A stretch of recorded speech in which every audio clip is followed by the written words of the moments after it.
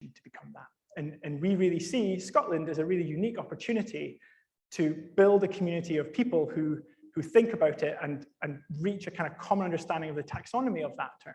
You know, the idea of, you know, we talk about ethics and we talk about ethics of AI, and it's a huge topic and it's an important topic, and it's really easy to kind of get lost in that. And so for this session, we want to really dial into the taxonomy of responsible innovation, what we all mean as a community by that term.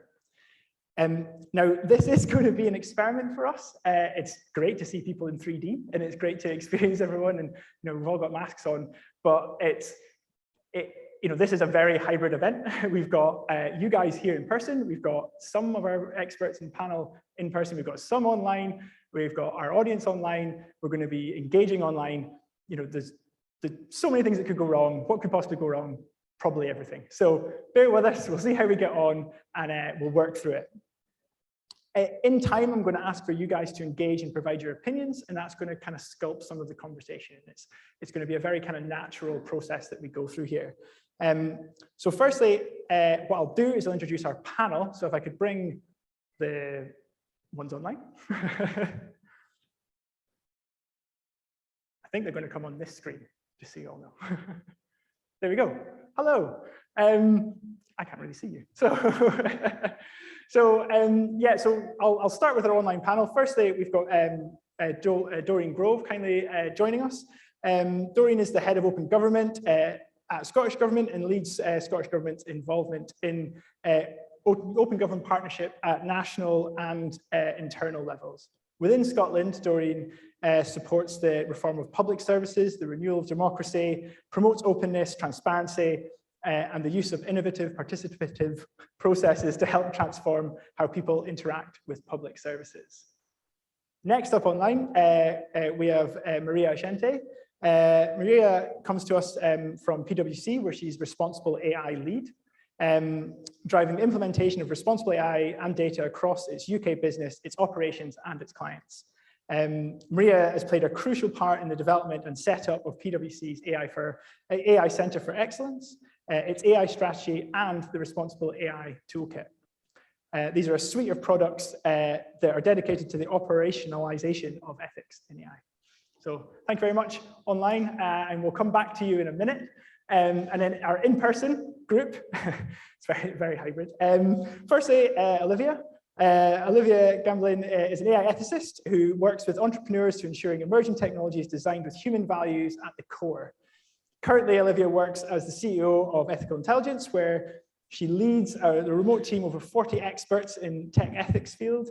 Additionally, she is on the funding editorial board for Springer Nature's AI and Ethics Journal, co-chair of IEEE's AI Expert Network Criteria Committee, and is an advisory board member of the Ethical AI Governance Group. And next, certainly not least, we've got Michael Ravatos. So Michael is Professor of AI and Deputy Vice Principal of Research at the University of Edinburgh, where he also heads up the Bay Centre, my old home, the university's Data Science and AI Innovation Hub. Michael's over 20 years of experience in AI research, where his focus has been on multi-agent systems, but in recent years, Michael has turned his attention to the ethical aspects of AI, develop methods of designing fair and diversity-aware AI algorithms and respect values of human users. So can I just thank, can I get the interview just to kind of put your hands together, just thank our group of experts for being part of this. Just a bit of movement, perfect. So great. Now, what we're going to do here is we're going to share a website code, right? Which I think we're going to do in a minute. And this is for a kind of classic Mentimeter, if some of you have engaged with that. So if you could all put in that code or scan that QR code, and that's going to bring you to a series of questions. And what that's going to ask you is for your kind of, around this question of responsible innovation means to you, we're going to ask you to put in 3 words. So that's 3 words of things and how responsible innovation, what that means to you. And it could be to you personally or to the organization that you represent. Now, we've assembled this group of experts purposefully because they are people who engage or have used this term before, right? We've picked up on the fact that they all engage with responsible innovation. They've all said responsible AI in their organizations. And what we want to do is I guess, not so much challenge, but hear from you guys what that means to you and your organization. So I'm going to kind of bring that question to each of you while you are putting in your answers into this through this tool. And at the end, we're going to have a look at your answers and we're going to just kind of reflect on that and have a conversation about that. So I'm going to go to our online group first. So I don't know if I can see them. And those that are online, hopefully you've got access to this, and certainly we want you to participate in exactly the same way that those are doing in here today. I should say that you are welcome to put in questions into the system. We might have a chance. We're kind of running a little bit behind on time, and we've got a lot to cover today. If I can get a chance to come to the questions, I will, and we'll try and bring that back to the group to explore. I'm not sure where I see them, but I'll see them at some point. Okay, so I'm going to start with you, Dorian, if that's okay. You'll be glad to hear you've got more than 3 words that you can use to explain your understanding of responsible AI and responsible innovation. And so obviously you come at it from a public sector's perspective. We've got the kind of holy trinity here today of public, private, and third sector organizations. And so what I want you essentially is to answer that question, if you can. What to you and to open government does responsible innovation mean? Thanks very much, and thanks for the invitation. I always feel really quite guilty coming to this event because fundamentally I'm an archaeologist and historian. So not only am I coming from the public sector, but I also come with a very, very long view into this. And I think for me, what responsible means is really taking account of the big picture. There's no point in being really clever and delivering technology that is going to damage our society, our economy, and or the population that we have. That really broad picture about who is benefiting from this? You know, what is the purpose, and who is it that is going to get some advantage? And why does that matter? Because if you look at any major change in technology, we get a societal lag, and the ideas around who is included. I was listening to some of the earlier issues this morning, and actually there are an awful lot of words out there. So it's a word soup of innovation and accessibility, responsibility, inclusion. All of these words really, really matter. But actually, fundamentally, this is about people. If it doesn't work for the people who are going to use it, then basically we're not making progress, we're going backwards. So for me, responsible innovation, and you said in your introduction very kindly that I've used responsible innovation. I may have been caught doing so somewhere, but I rarely use the word innovation because I think it means so many different things to so many different people. I just think that we ought to be really thoughtful. I spent much of this weekend listening to the Reith lectures about the impact of AI on the future of human beings. And for me, that's the big question.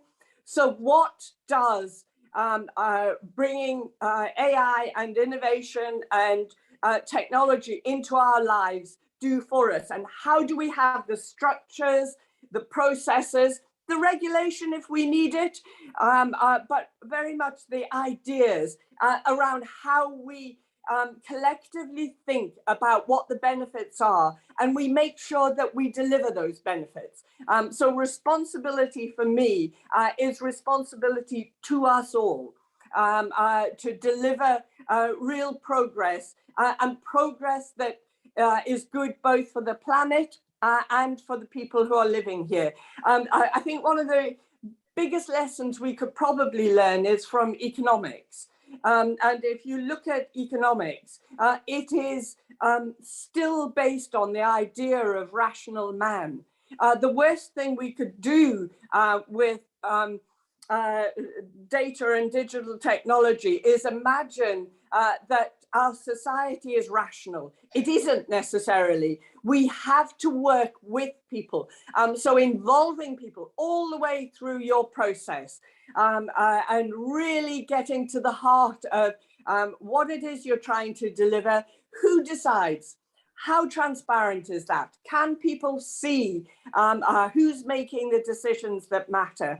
And I think the ideas around ethics and the moral imperative that that brings is a matter for everyone on the team. So I think it is, I'm really pleased that the AI Summit today is making such a strong play on the ideas of really thinking through how we put ethics into our everyday work. How do we make our decisions in a way that we're demonstrating that we've properly thought of that big picture of the whole ideas of progress. Even if we're doing a very small bit of work, it fits into that much bigger matrix of what progress can look like. We need to measure that. We need to be really thoughtful, and we really need to demonstrate and have scrutiny. I listened to Professor Dignam with her art of accessibility, responsibility, and transparency. It's a lovely little meme, if you like, but I would add an S to that and add scrutiny. Scrutiny really matters. We need to be able to hold ourselves to account so we don't end up with technology really driving our desires rather than the other way around. And we have already seen some of that as a risk. I'll stop there, but happy to, really keen to get involved in the conversation.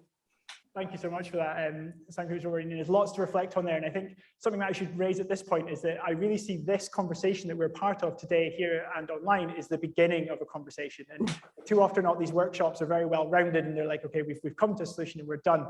This is just the beginning, and it should just be the beginning. And we'll highlight at the end how we're going to, what we think we should do to continue this conversation.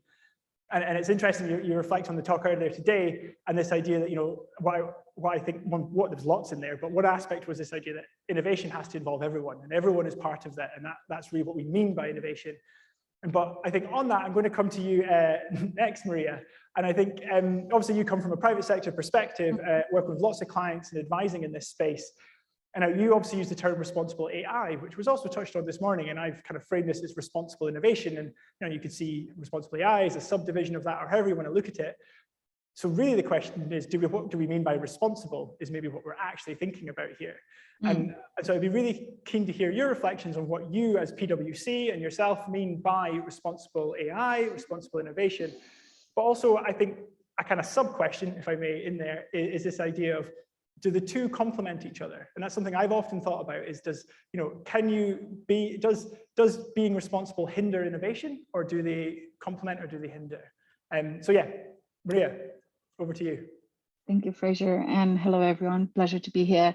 Can I just say, whatever Helen said, I think she covers so many points that I was about to cover. So I'm just going to try to complement what she said from the perspective of our experience working, developing responsible AI, being in the field for the last 5 years and observing how industry have shifted from having a lack of knowledge of the implication of developing a technology that has agency, and then it's very different from any other artifacts that industry has been used with, but also in the same time acknowledging more of the negative implications of those technology. And we've observed our clients, the products we have built as a firm, how we have went from a journey of using and abusing those terms. I think we are guilty to a certain extent of using a corporate speak buzzwords, and sometimes we get entangled in this language, in framework, in concepts, without really acknowledging what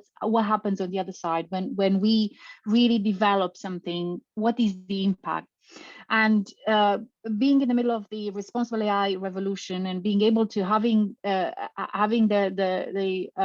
benefit of driving it for PwC, had a lot of time to explore what exactly the terms are, because from the perspective of industry, we need to have clarity on those terms. I spent countless hours with my colleagues going through terminology alone so that we get a good understanding what AI is for us, not what AI is outside PwC, what responsible AI is for us, not what's outside.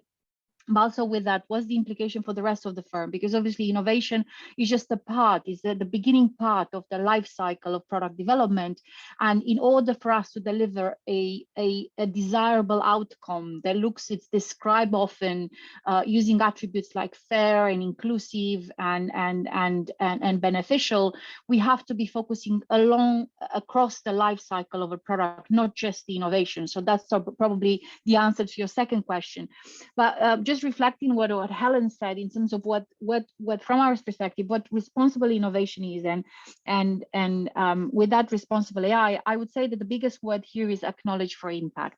I think we have far too long developed technology, not really considering what can go wrong.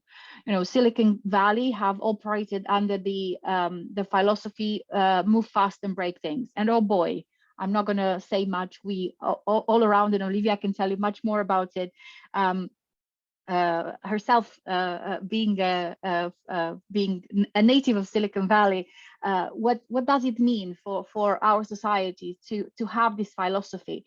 I think we have to start acknowledging at every level, starting with data scientists and engineer, that are profound implication of developing a technology stochastic in nature as AI. And when we start with acknowledging implications, both positive and negative, and being able to scrutinize and search for unintended and intended consequences, not just as visible straight away when we perform this analysis, we will have a very different approach. We'll understand that it's not just about the benefits, we also have to apply a set of constraints, and sometimes ethics, most of the times ethics acts as a constraint in the product development life cycle, and that needs to be acknowledged, that needs to be settled. We need to be comfortable that it's not just about model accuracy, it's about delivering fair and transparent outputs with those algorithms. The second word I would use to describe responsible innovation is being able to deliver upon it. I think we had enough nice talk. We have now know where we need to act. We actually need to deliver upon it, and not just deliver. The third word I will use is like demonstrate results. We need to be able to take those actions and being able to be transparent, being able to communicate, being able to collaborate, and in an agile manner, we need to be able to use those results to improve what we have done. So acknowledge for impact, deliver as acknowledging for that impact, and also being able to demonstrate results. And when I say demonstrate results, it's not just about the impact that technology has had in a specific context in a wider society, but being able to scrutinize and push ourselves for better transparency in how we operate, how we design technology. The regulators will come and ask for proof and how we have done it. So we need to be building also auditable system on top of us being able to demonstrate how well we have action about this impact, how well we have incorporated our values, our organization in those products, and how honest we are in contributing positively to our societies. I think it's really nice that you've kind of broken that down into key terms, and it's something that we often reflect on the collaborative, is this concept of acknowledging the impact of what you do. And I often see too often that impact is seen as a positive term, and impact is neither positive or negative. You can have negative or positive impact in your actions, and often you have both. And I think it's so important to us to consider that we acknowledge that in what we do. And just for time's sake, I'm going to kind of move on through to the in-person panel of experts now. And then we'll kind of look back at this word cloud and see how that's formed from your opinions in here and online. So yeah, Olivia, over to you. Again, obviously you've built a whole business around how you advise and kind of help people navigate through this landscape. So I guess from your perspective, it's, what do you consider what responsible innovation means to you, but then also in terms of the people that you're engaging with, do they all come from a common standpoint? Are they all coming completely, they don't have any opinions on this, or do they have some opinions that you have to tweak and adapt or encourage? So yeah, what does it mean to you? Every time I walk into a room, I have no idea what I'm walking into. Either it's going to be well received, or I'm going to be seen as keep away, please don't walk right back out of the room. So it really depends. It also depends geographically where people are from. Usually over in Europe and the UK, people are much more receptive to the term and the idea of responsible innovation. It's just now catching on over in the States. And I'm hoping actually we're seeing a big change in the market there, where this is becoming an accepted term and a term that people are using as a reference point of something that they need to start to strive towards. So I do have hope that I'm no longer going to be walking into rooms going, crossing my fingers going, please, let's have it. Let's have a good audience today, or let's have that good reception. But for me, responsible innovation, especially speaking as a founder and entrepreneur myself, and first and foremost, a philosopher at the end of the day, responsible innovation comes down to building good technology for the people that are using it. So in ethics, and we're going to take the philosophy standpoint quickly, you use ethics to pursue a good life. You use it to help you make decisions towards a good life. And that's on your personal side. So if we can sit and think, well, what if we took ethics and we used it to make decisions to make good technology? And by good technology, we mean technology that serves the end users and not just the people creating it or stakeholders that are throughout that map. So it's important to look at the pursuit of the good technology, as I like to tell people. One of the main things, though, when I'm talking, especially with entrepreneurs, is I issue them a challenge. I don't phrase this as ethics is going to hold you back. This is going to take a lot of time. This is going to be constraining. I tell them, do you want to make the best technology possible? And their answer is always yes. At least I hope so, but their answer is always yes. And I say, okay, well then this is what's going to make you the best technology. There's no debate here. And so I try and nip that conversation right before it even starts. And I start with making the assumption on their behalf that this is what constitutes good technology. And then it becomes a question of not whether or not responsible innovation will give us good technology. It's how do we innovate responsibly? How do we actually put that into action? And that changes the conversation with entrepreneurs once it becomes this challenge. They want to live up to the challenge. Entrepreneurs go into tech startups and start technology because they like the challenge. They feed off of that. So bringing in responsible innovation as part of that challenge makes them rise up to the occasion. And instead of just creating a piece of technology that works well by the numbers, instead of that being the, let's say the end goal, setting it as, cool, it's going to be a really well-functioning piece of technology, and it's going to do amazing things for your users and your stakeholders. It's going to bring that benefit. It's going to bring them help in pursuing their own good life, but it's the pursuit of the good technology. That becomes the standard. And then that turns ethics from something that can be seen as a constraint into actually something that stimulates that innovation and that drive for creativity at the end of the day. Perfect. No, that's great. I think it's interesting that kind of reframing it in that it's something new for business to strive towards as opposed to a hindrance is so important that it enriches.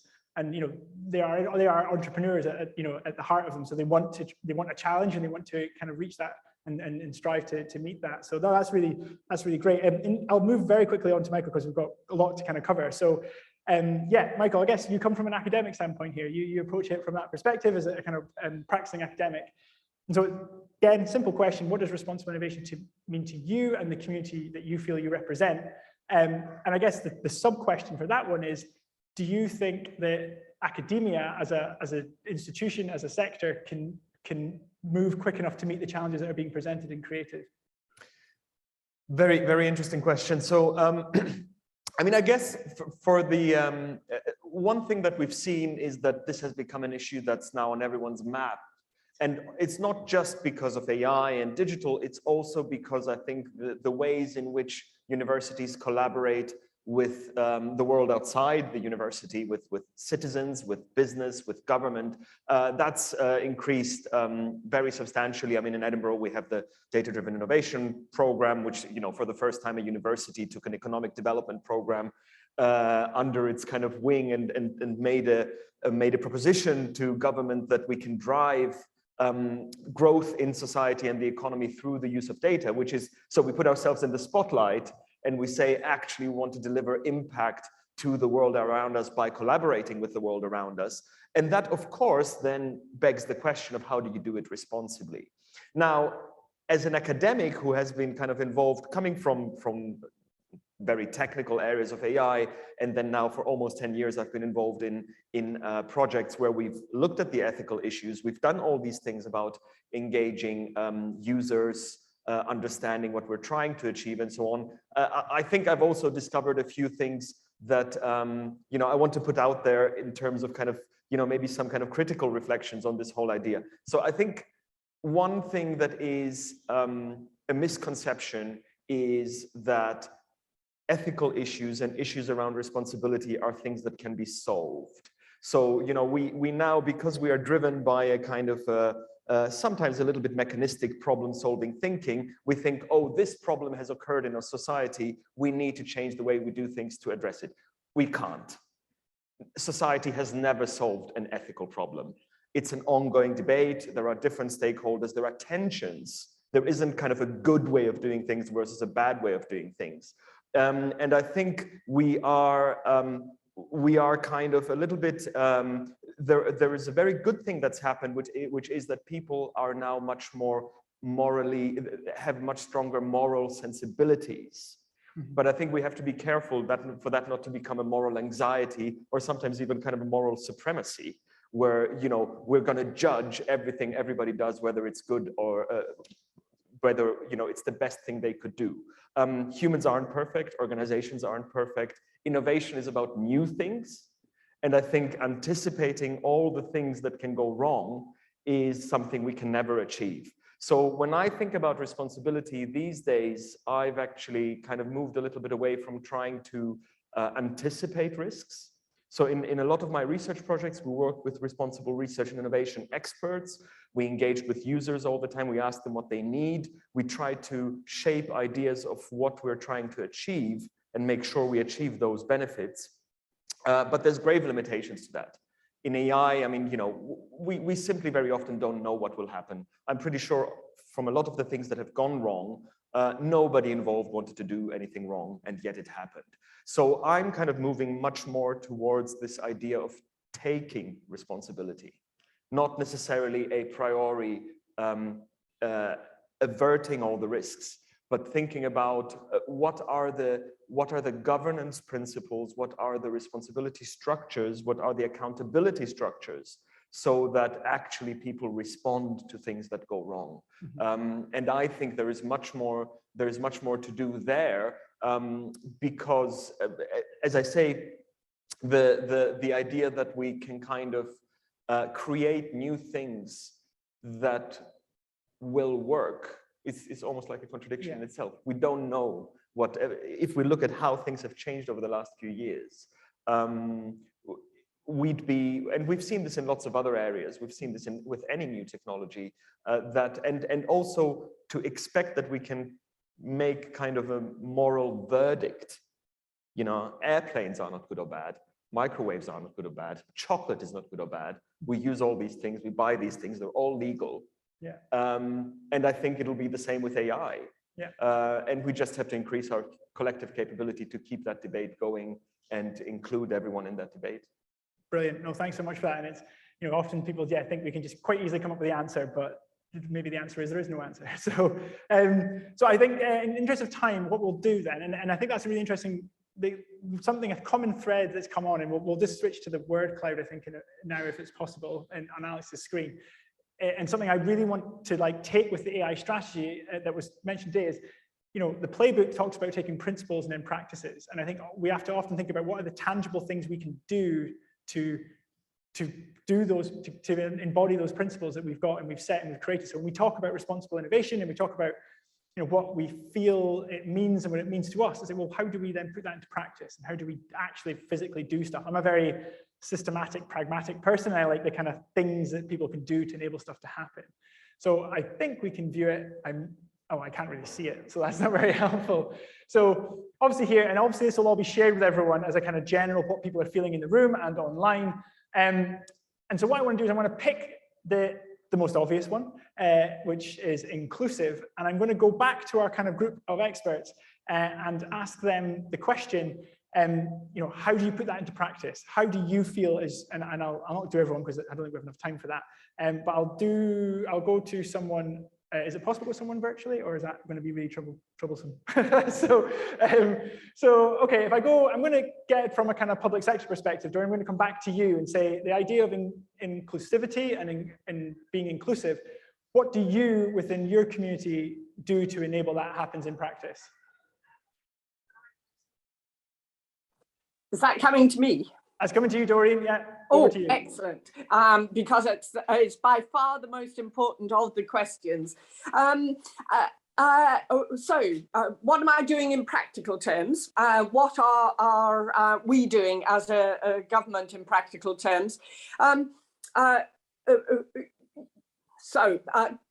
Culture eats strategy for breakfast. We all know that we can write into as many of our documents as we like that we will be inclusive. But unless you step back and really properly think who is going to be affected by whatever it is you're trying to develop and go to the people furthest away from that, then actually you're not being inclusive. Because if you go to the people furthest away, on the way back in, you'll get everybody else. What we're doing in our open government plan and in much of the work that we're doing around participation, both around digital and the use of data, but also just much more broadly in the work of government, is trying to give public servants the confidence and the comfort to be able to have methods of getting a really clear view from the population, from end users, from the business perspective. So taking all of the perspectives and the big skill that government really needs now is how you make sure you're taking all of that evidence, using it effectively, and being clear why decisions are made and who's making them. Inclusivity really, really matters. There are a lot of people who can't afford the data for their phone. Teenagers expected to work from, do their schoolwork from home when they've got no data. How would that ever going to work? So poverty really matters. A lack of access to really good broadband really matters. If you're looking at creating a world that uses digital technology for as many things as is possible, and government has already said that it would like to do that. So if we're looking for the benefits, we need to make sure that the people who are going to be most badly affected are where you start and not where you end up and do sticking plaster to make it work for those people. So it's difficult, and I don't pretend that we have all the answers, but I think it really, really matters that we are including our general population in holding us to account, which is why I raised the scrutiny issue before. Really, really matters.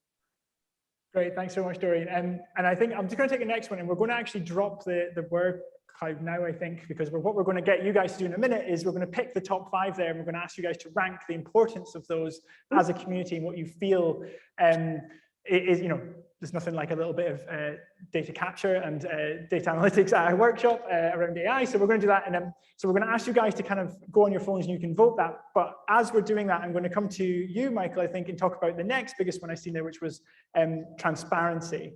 And I think, often we look at the academic community as this, untouchable institution that no one can interact with and engage with from an outside perspective. How do you feel as an academic community you enable transparency in what you do around innovation?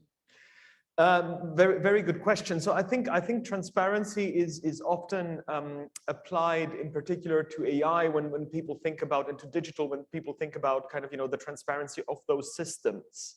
But actually, is the transparency, as you say, it's the transparency of the people who are behind those things and behind the science and so on. I mean, of course, universities have a long history of kind of publishing everything that they do and so on. But of course, when you are kind of developing technologies and as you go more into innovation, where things may not be that open at every step, there are new challenges because you work with commercially sensitive things, you work with industry and so on. What I would say is that the starting point for transparency always has to be who would benefit from what kind of information.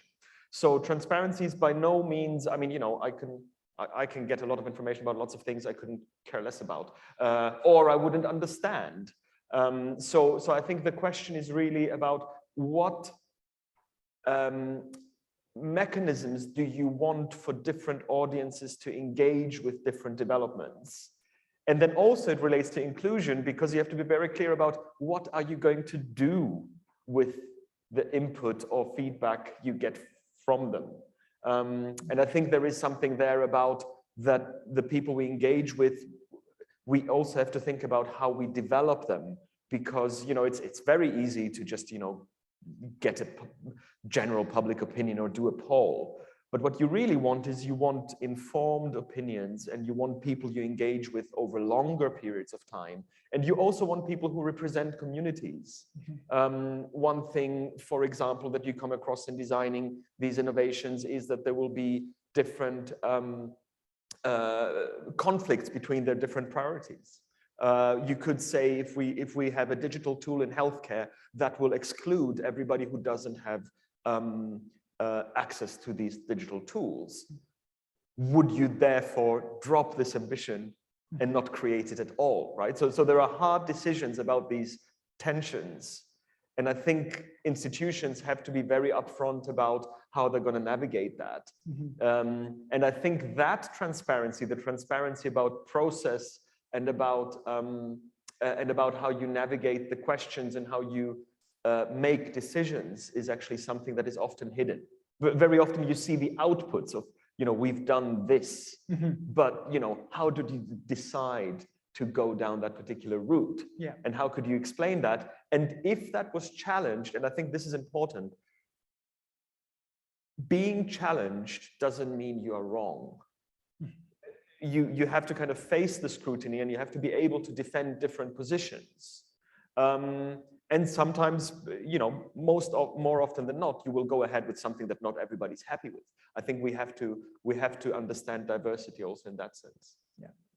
And it's, you know, and being challenged doesn't mean that you're wrong. It's something I'm going to keep in my head, I think, forever now. But and it's something, you know, something at the Collaborative we've dealt with a lot, is this idea of, are the right people in the room to be having this conversation? You know, a lot of our work is kind of global, and we interact with challenges globally, and we always ask our customers, as we would call them at the very beginning, who's the end user here, and are they in the room? Are they part of this conversation, or are you just coming up with a solution for them, and they're not part of this, and they're not engaged in this, and they're not knowing why you've come to this idea and this solution? I think it's really important that we all think about that as we push forward with these kind of novel ideas and projects in, you know, kind of AI spaces we talked today.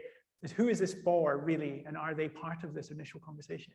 The voting looks like everyone's very even on their views, which is fine and good, I suppose. But I think what we'll do then is we'll go to another one in here, and I'll come to Maria, if that's okay. And I think we will talk about, from your perspective in PwC, is this idea of participation, which I think kind of builds off of what we've just said, and how you at PwC ensure the right type of participation in what you're doing when you're helping organizations understand responsible AI, responsible innovation. Yeah, I think that's a very interesting question, and I like it that you address it to me, because I think participation is hardest to achieve. The type of participation you might achieve in public sector or in academia or in non-for-profit, it's much harder to achieve in private sector, where things are a little bit less straightforward, but also there's a certain level of protection of IP that's being created. So I think a lot of the points that have been raised today by Olivia and Helen and Michael, I think maybe realize how important the context of responsible innovation, responsible AI is, because ethics is highly contextual.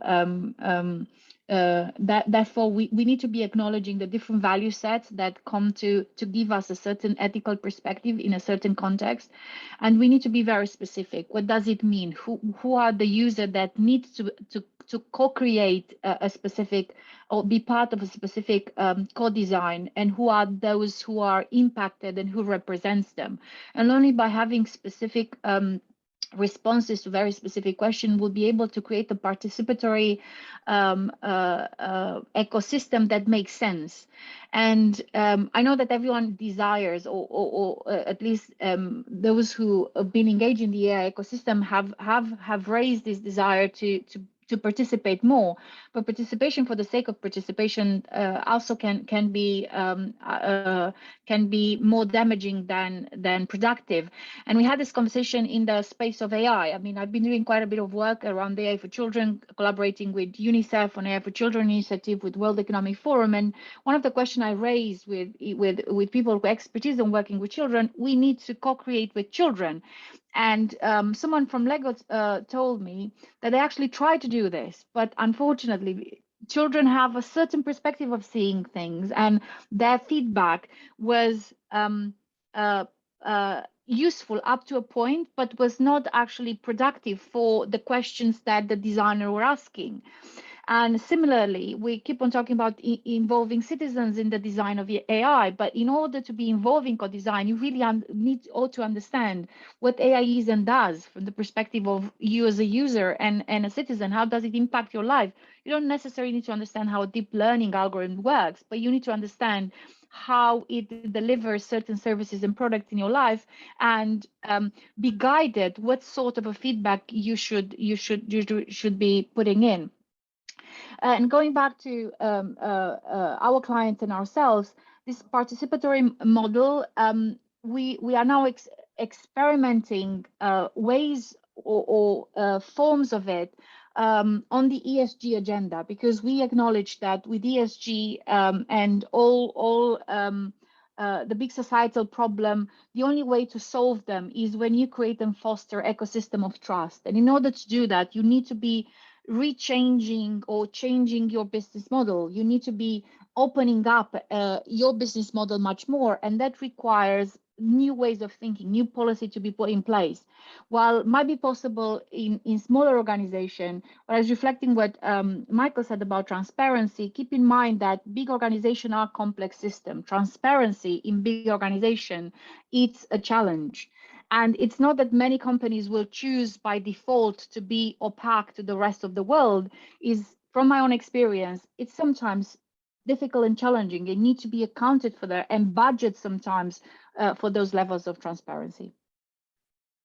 Perfect, thanks so much for that. And I'm glad you mentioned young people there. It's obviously something that we are obviously very engaged and interested in and work a lot in that space. And I think that idea of getting participation right for the right reasons is something that we think a lot about. And it's going to neatly segue into a question for you, because incidentally, Livy's got a really good podcast called The Ethics Equation, which I listened to this morning. And there was this idea of asking the right question and asking people why.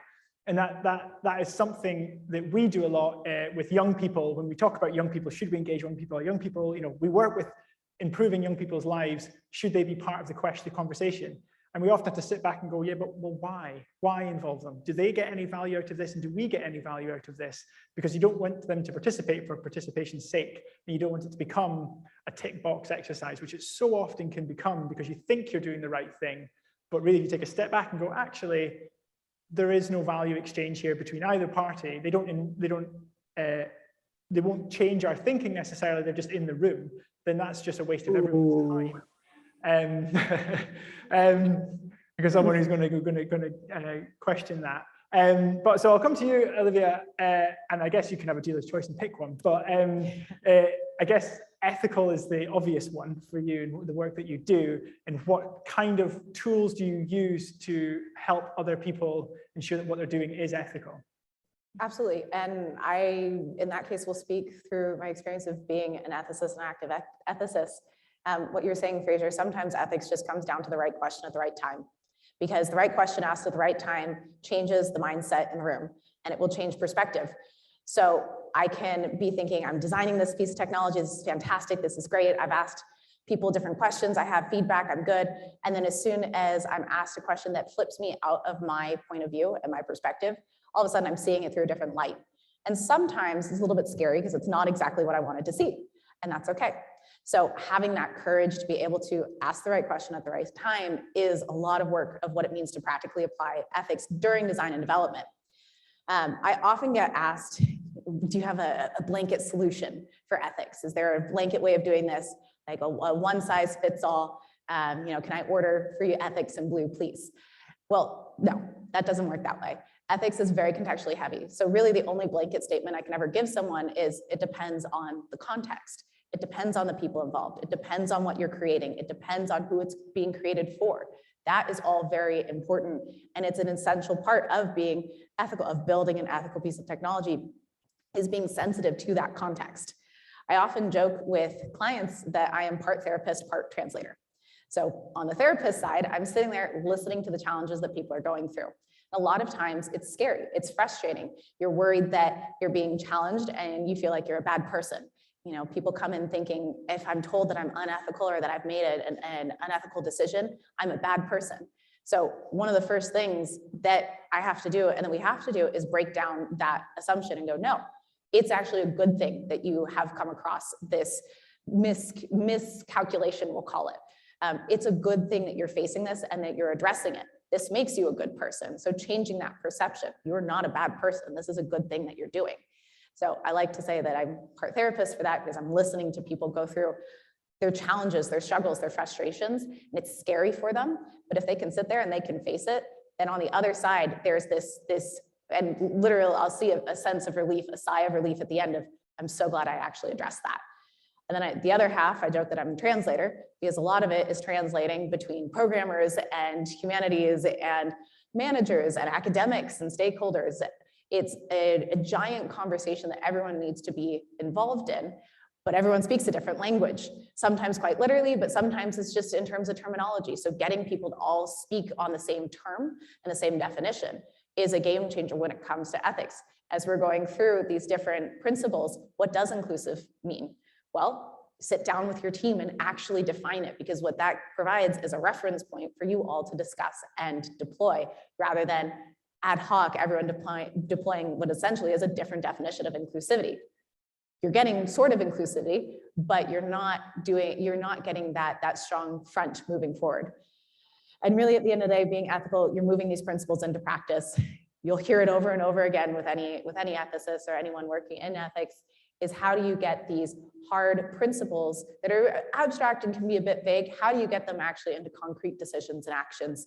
And that is a lot of what we're doing in terms of ethics. And it's an ongoing process. This is not a one and done. It's not, I can stamp this piece of technology as ethical. I can say though that the team that built it did it responsibly, with inclusivity, with transparency, with responsibility, all of these pieces and principles. And that all-inclusive is what becomes an ethical approach to building our technology. Perfect, thanks so much. Yeah, it's such an interesting reflection that so often we position ourselves and we think, what is my role here? And you are just simply a translator, and you are simply just being that kind of bit in the machine that helps the machine move as often instead of a cog itself.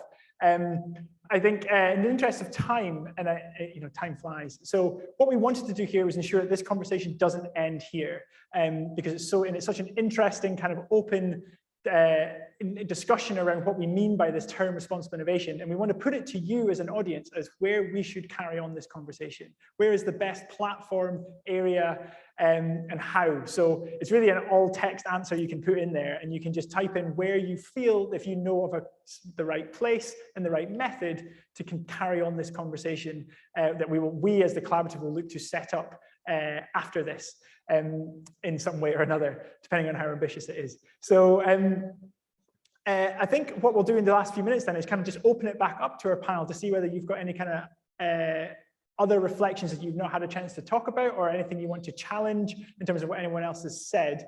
I'm not sure if anyone online, Doreen or Maria, have anything specifically they want to raise, or if anyone here wants to talk. You're good to go. If I may, there's just one point I wanted to say, which I think there's a lot of the problems we're often talking about in this space are problems of that are really down to market power. They're often down to flawed business models. They're often down to so whenever we think that there are things happening that are irresponsible. And only only few of them are actually down to the use of a particular technology. Now, technology may create or exacerbate a problem, like AI sometimes does, because it's fast and quick and data-driven and may replicate biases and so on. But I think it is really, it's really important to think about the cultural and organizational transformation that is needed to embed responsibility, rather than think about the, the technology in itself being, it's extremely hard to think about the positive or negative value of a technology if it's not embedded in the context of who's using it. And I'm sometimes a little bit worried that kind of, people worry about AI because it's AI and so many things are associated with it, when we in fact see that lots of other potentially catastrophic events for humanity that we're all kind of facing are a mix of lots of different organizations and governments and citizens doing lots of different things where technology plays a role. But it's kind of about how can you judge things that are related to how new technology is applied, rather than thinking about an abstract risk of a technology. Yeah, if that makes sense. I think that's particularly important when we talk about AI, because people seem to attach some kind of magical additional kind of danger to it, that they maybe don't see in lots of other very, very critical technologies. Yeah, absolutely. An additional blue danger, as we found out this morning when we were talking about what the visual image of AI is. Thanks so much. Lots of interesting ideas and thoughts coming in here. And I think I'm unable to see the questions, but if there's any kind of questions coming in from the audience, what I would look to do is use them as a basis to continue the conversation through these channels, is to look at how we can answer some of those questions as a community and as a group. I'm looking for about time. Is that we're good? I can't hear anything, sorry. Oh, Maria's got her hand up. Oh, great. Okay. Maria, I think you'll probably have some of the closing comments there. So I think, Maria, if you want to just come in on that.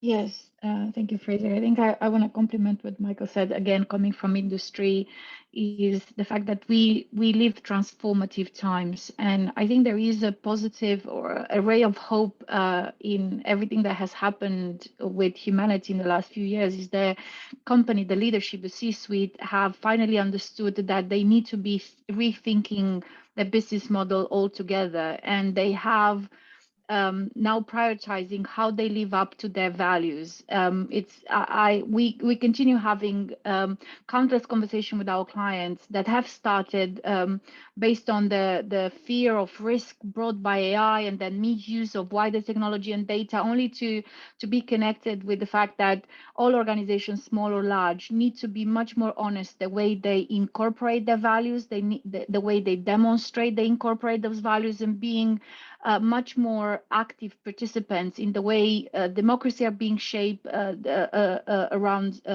social contracts are being shaped.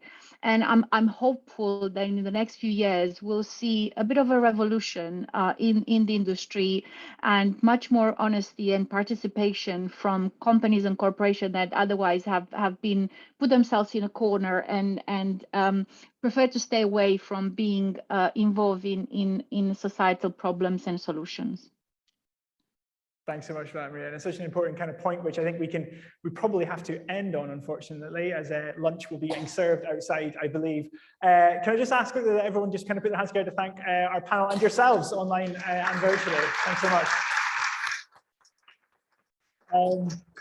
And yeah, as I said, we will follow up with you all. We'll get kind of the people who attended, and we'll email out. I believe there's going to be an art image drawing of this session and some of the conversation that's been had, which will be great to look at, and all the outputs from the Mentimeter and what kind of data we collected, I suppose, from you. So yeah, thanks everyone, and have a good rest of the day.